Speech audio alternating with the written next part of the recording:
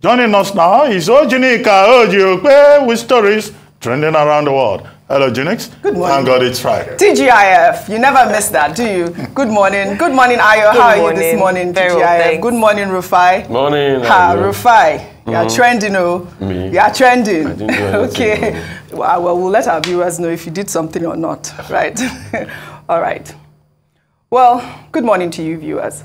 Let's begin what's trending with reactions trailing the petition filed by a spokesperson of the All Progressives Congress, Festus Keyamo, to the Department of State Services over inciting comments said to be made by the candidate of the Labour Party, Peter Obi, and his running mate, Yusuf Datti Baba-Ahmed. Keyamo in the petition stated that while Peter Obi and Datti Baba-Ahmed would claim to be exercising their freedom of speech, their post-election comments are capable of causing an insurrection against the Nigerian government and the president-elect, Bola Ahmed Tinubu. Keyamo referred to a statement by Datti Baba-Ahmed in a television interview on Wednesday that if Tinubu is sworn in on May 29th, it will signal the end of democracy and accused Datti of posing as accuser, judge, and jury by declaring a duly elected president-elect as unconstitutional. Well, Keyamo also alleged that the Labour Party flag bearers are running a syndicate mandated to pushing inciting messages to cause social unrest and asked the DSS to arrest, interrogate, and investigate the LP flag bearers and charge them to court for their conduct, which amounts to incitement and treasonable felony. Well, let's take some reactions. This is from Theophilus, who wrote, "Contempt of court? Festus Keyamo did not charge El-Rufai to court for dragging the president to court over an item on the exclusive legislative list. He is asking DSS to infringe on people who are peacefully in court on a constitutional matter. Enough of APC rascality." Well, Realist wrote, "Someone needs to call them to order, especially Datti. He's been uncouth and unguarded in his utterances, as if this nation is not guarded by law and order. If you have any grievance against the state, go to court instead of castigating individuals on TV." Well, Ineji wrote, "Keyamo did not petition DSS to arrest MC Oluomo, Fani Kayode, Bayo Ononuga, and Oba Elegushi for their inciting comments and actions, but is fruitlessly asking that Peter Obi and Datti to be arrested for exercising their fundamental human rights. Chai, we actually overrated him."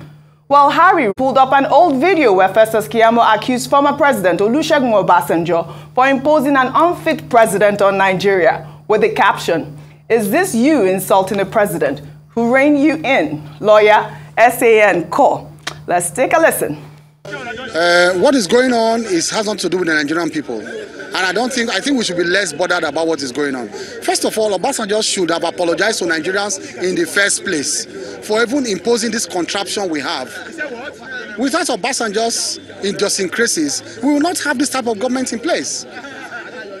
The man was living in a hurry. He imposed two clearly inefficient people on Nigeria.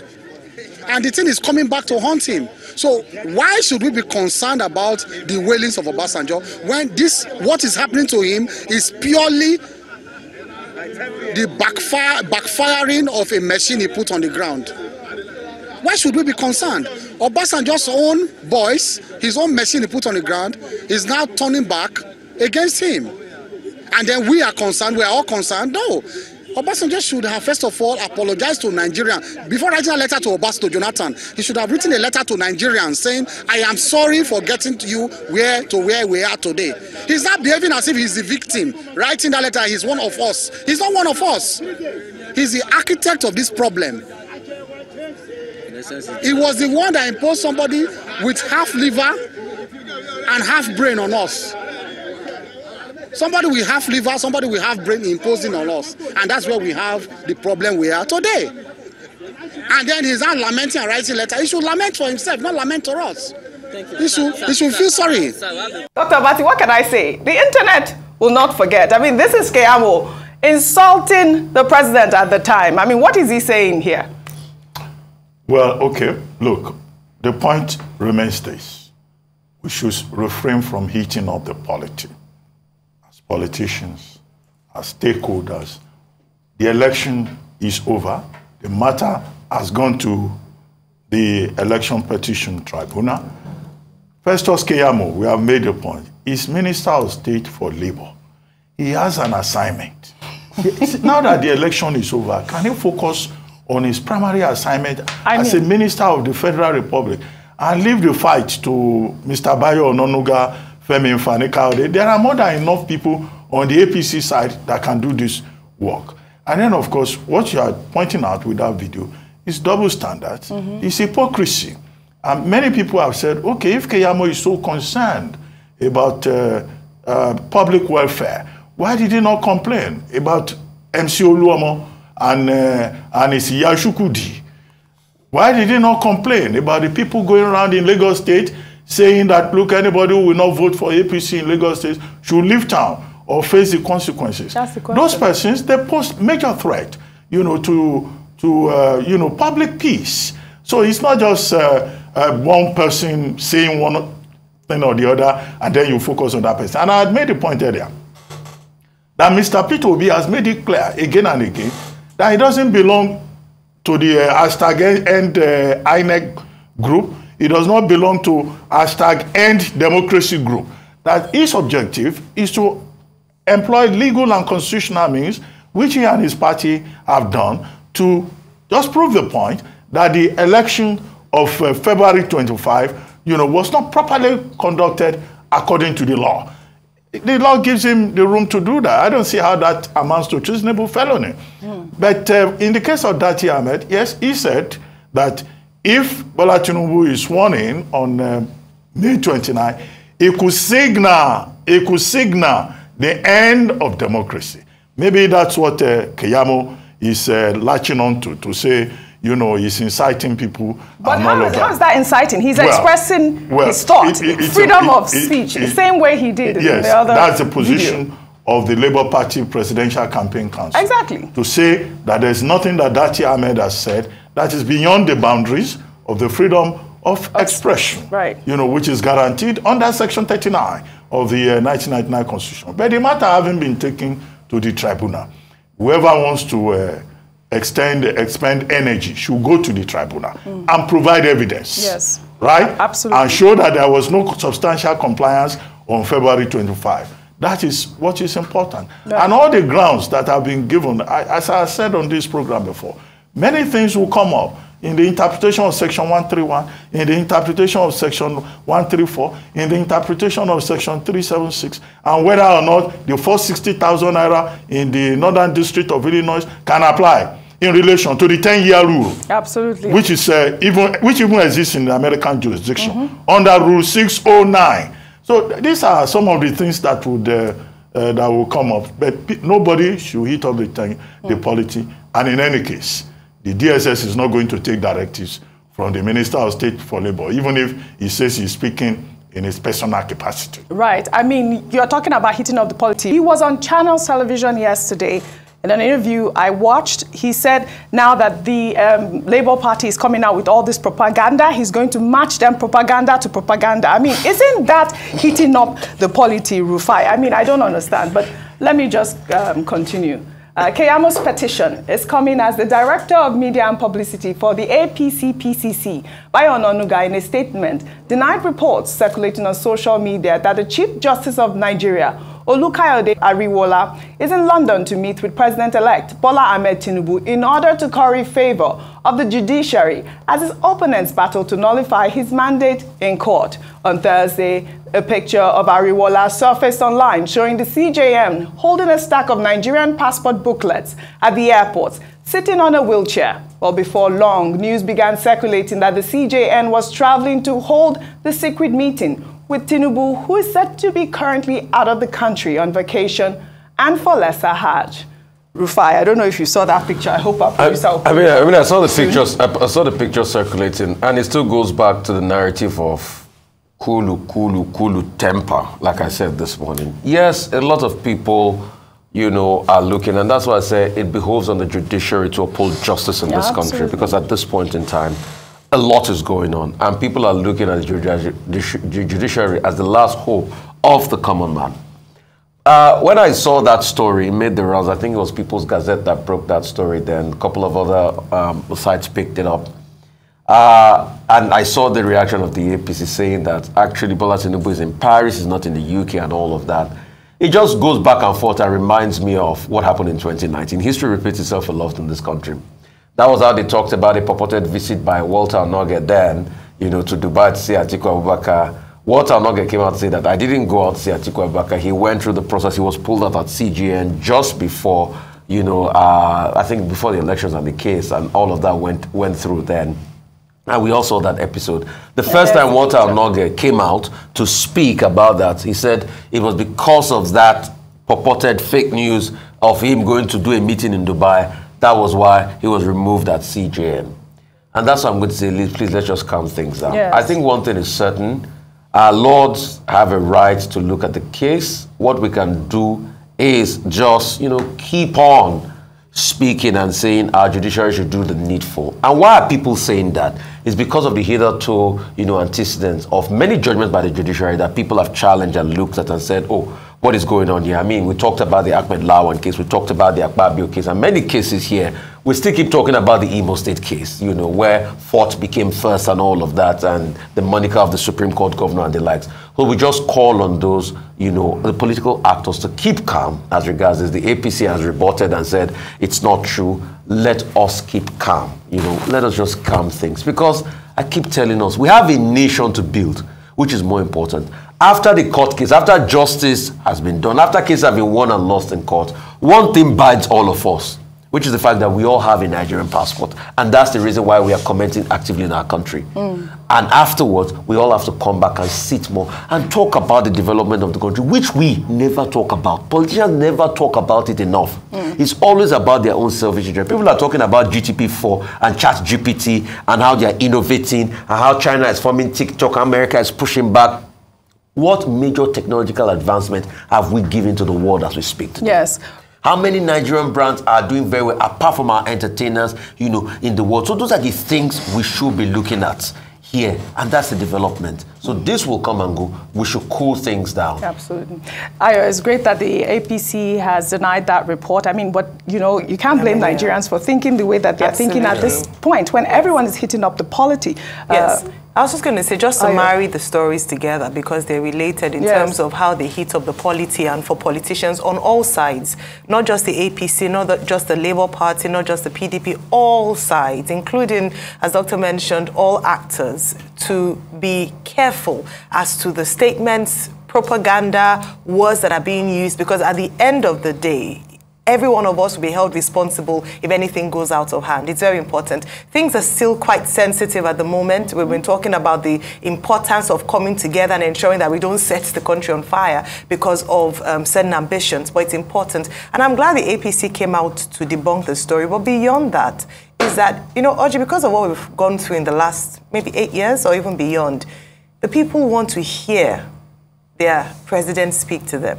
So what we've been hearing a lot is spokespersons, surrogates making statements. Let us see the president-elect talk to the Nigerian people. Yes. Let him, you know, sometimes the best way to debunk a story is by proof. It's very simple. Absolutely. You know, come out and I hope that going forward, we wouldn't be listening or hearing from spokespersons, representatives, rather than the person himself. We've moved away from that. Nigerians elected you. You owe a responsibility to be accountable to the Nigerian people by speaking for yourself. I think that's very important. Right. So, you know, just to, you know, connect this story with all the ethnic bigotry going on in Lagos State, and whether or not you're a Yoruba person or an Igbo person, you cannot hold a position. I'll take another story highlighting Nelson Len, a candidate of the People's Democratic Party of Southeast extraction, who was elected as member of Taraba State House of Assembly for the Nguroje constituency in the state. Nelson defeated a serving member, Barrister Yusuf Mohammed, to claim the victory.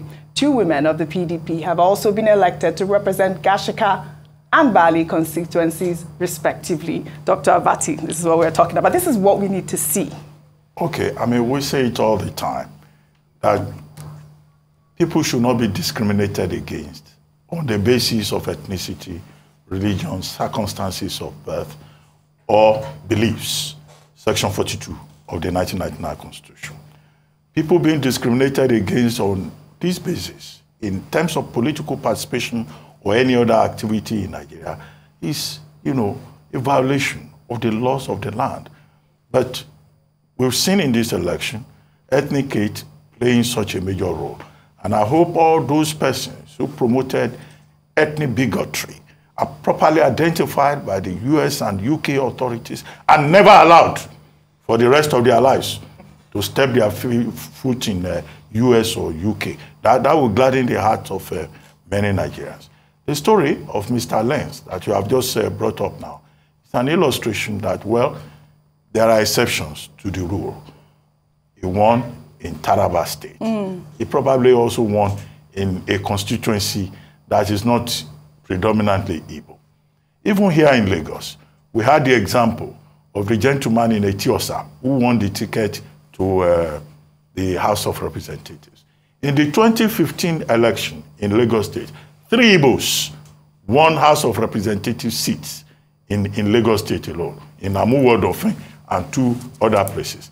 Now, all of a sudden, in 2023, because of expediency, because of the politics of convenience, because of the greed of politicians and their communal supporters, it became an offense for certain persons within the country to seek elective positions in areas that are not their indigenous or, major ethnic base. Whereas these same Nigerians who say, oh, to your tents, O Israel, they celebrate it when Nigerians win abroad, where they are not even ethnically connected with the environment. When the Americans had their midterm elections in November 2022, Nigerians, 8 of them won across the U.S. legislative seats, from Georgia to Minnesota to District of to Washington, D.C. And then in your own country, they will tell you, no. We have had on this program persons who have been mayors and councillors in Ireland. Nobody told them, oh, because you are from Nigeria, you can't participate in the development of your county or, the second country that you have chosen as home. So we really have a lot to do in terms of political education, in terms of enlightenment. So that all these persons who are sold on primordial, primitive, antediluvian sentiments will realize that the world has moved beyond ethnicity. Absolutely. Once in the same country, a man from the north, I keep citing his example, was mayor of Enugu, Otine Umaru. Okay? We had Igbo members of the Ibadan People's Party representing Yorubas. We had the first person in the Legislative Assembly, Dr. Nnamdi Azikiwe, representing the Western region.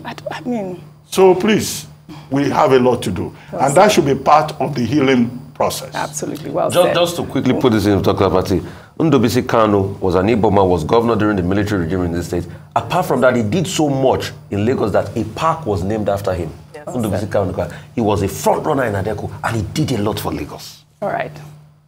We'll take another story. Calling attention to the brutal killing of a dog named Roxy, which was gunned down for alleged wandering. The dog, an 8-month-old American bully, was said to have wandered into a compound at Cooperative Villa Estate in Ajah, Lagos. The owners of the house allegedly felt threatened and called on the estate manager, a Pastor Tokumbo Olugbenga, who reportedly ordered that the dog be killed. Graphic footage of the dog bleeding to his death in front of his owner, Vincent, who begged for Roxy's life to be spared, has made the rounds on social media. Dog lovers have used the hashtag Justice for Roxy to demand for justice. This is such a horrible story. I mean, I don't know what prompted the killers of this beautiful dog to do what they did to this dog. We haven't heard from the other side of the story, but I believe this pastor, who they say is the chairman of the villa, ordered for the killing of this dog. There needs to be thorough investigation. I mean, this is completely unacceptable. I don't know if you saw that video. Yes, it was. I'm even almost crying. Yes, there was a viewer discretion because of how graphic the video was. Like you mentioned, it would be great to hear from the other party, but notwithstanding that, it's just our penchant sometimes for violence and extrajudicial judgment or killings. This is not a human being, obviously, but the fact that we don't go through the process or obey the rule of law. What should the what should the pastor have done, or what should Mr. Olubuenga have done? He could have investigated the matter, not acted in anger, at least acted rationally. I think that's a challenge that we face a number of times in responding to issues.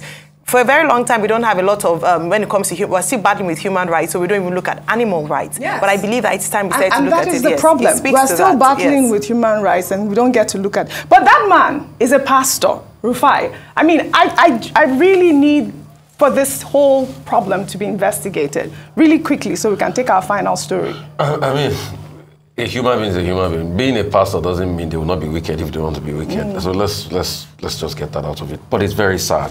You see an animal like that. If we truly had a country that, in fact, you see, when you brought the story, we've not even finished caring for human beings. I'm not sure we'll have the mindset to care for animals, which is very sad. Something like that, you were just supposed to have the animal go to a shelter. Exactly. Just take somebody to take the animal to a shelter for safekeeping, and people can. Absolutely. Well, just to add something quickly. One, Nigeria has Animal Disease Control Act.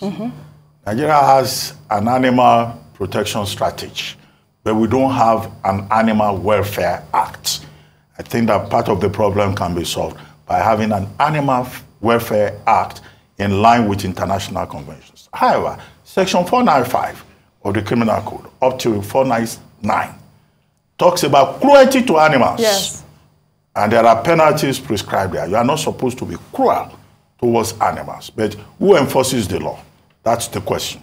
Number two, that animal, I've seen a comment by the owner of the dog saying that at least they should release their dog. Exactly. For burial. They need the body. I hope that, you know some people eat dog meat in Nigeria. The whereabouts of that dog, even as dead as it is, must be determined. Absolutely. So that it doesn't end up in the pastor's pot of soup. That's a very important consideration. Finally, what the pastor can hide under is that he's protecting himself, street liability.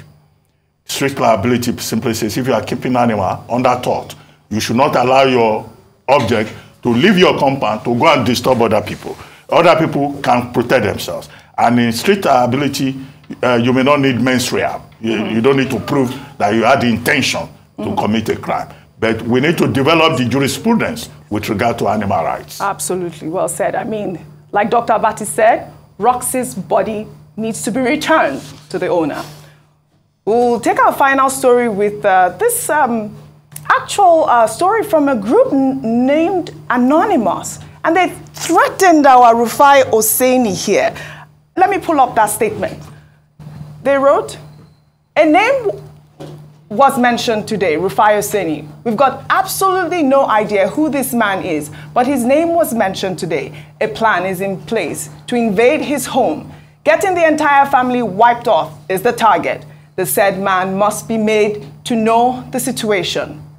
He must be on guard. Mr. Obi PG, arrest is getting closer. Remember, the names mentioned in the previous expositions, and you must not forget. We are anonymous. We are legion. We do not forgive. We do not forget. Expect us. This is clear threat, and I thought to highlight this particular story because this page, they have over 27,000 followers and more, and they are a real page. Yes. Rufai.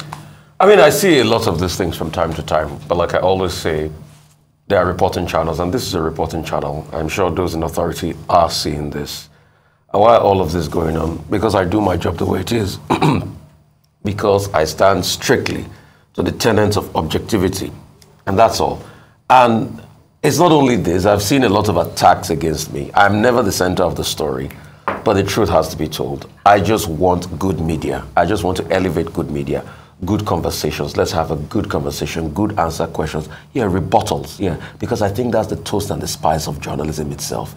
It's a very, very interesting, field I love so much because of the capacity to be able to exchange ideas. Don't worry. And every time I come here, I want to learn. I've got no political slant. Somebody was saying, yeah, and I needed to address that because I wasn't given a right of rebuttal. I've got no political slant. I don't belong to anybody. I belong to logic, which is the cornerstone of how I think. Absolutely. And very good arguments. So because these same people, when it favors them, they call Rufai the hero. When it doesn't favor them, they say he's the villain. I don't care for all of that. I don't care for political consideration. All right. They've told people to sack me too at some point and all of that. I've been through a lot. Okay. Yes, it's hard on my family, but the truth has to be told. We need just to have good journalism in this country so everybody, can get access to good information. That's just it, and good argument. Rufai, we at Arise News are right behind you. Thank you. Thank you so all much, everybody. for your great analysis on what's trending Thank today. you. Well, that's all I have for you on what's trending today. I'll see you all tomorrow.